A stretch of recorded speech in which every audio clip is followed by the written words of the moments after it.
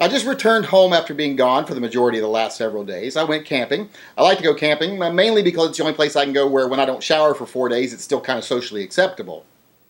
And when I got home today, I had a lot of emails in my inbox about the new DC ruling on carrying handguns in public. Now, I was really surprised by this because I didn't know there was a ruling. I didn't even know there was a case. I guess I should start reading headlines that don't have the word Kardashian in them from time to time. But after I saw that there was a ruling, I decided, well, I better look into it because people are sending me questions about what does this mean? What are the specifics of this case? Can I carry a gun in DC now? So I started doing some reading, and this is what I found.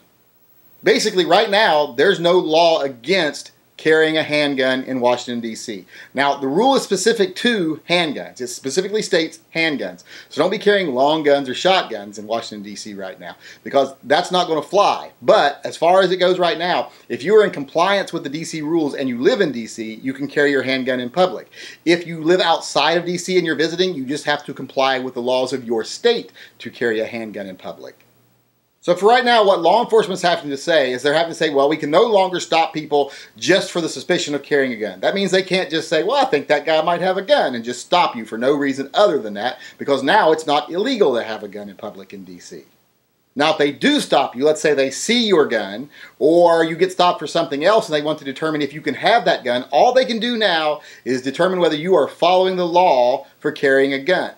And as of right now, all the rules say is that you would have to be following the rules of D.C. if you're a resident of D.C., meaning you would have to have pre-registered that gun.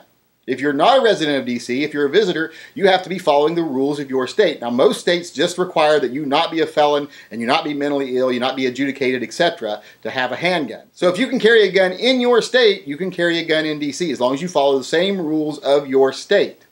And most of us know whether or not we can legally carry a gun in our own home state. So as long as you know that, you'll know whether you can carry one in D.C. That shouldn't be a problem for anybody.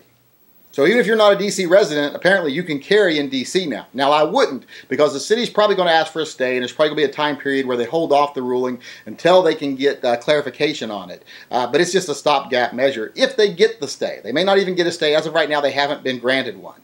Now, I personally, like I say, I'm not going to be going to D.C. anytime soon, and it's not just because of the fact that, the strip clubs there are very tight on liquor laws and a sober clientele doesn't make me a lot of money. There's just other reasons I don't want to go to D.C. It's just not my kind of place. And plus, I'm not going to trust this ruling until it's a little more established. I don't want to be the guinea pig that has to test the waters. But one main thing I take from this is people like Rachel Maddow and Bloomberg, the people that are crying for common sense gun laws, well, they should be thrilled. Because what's more common sense than deciding to follow the Constitution? So as far as I'm concerned, this is a victory for gun owners and for common sense gun laws.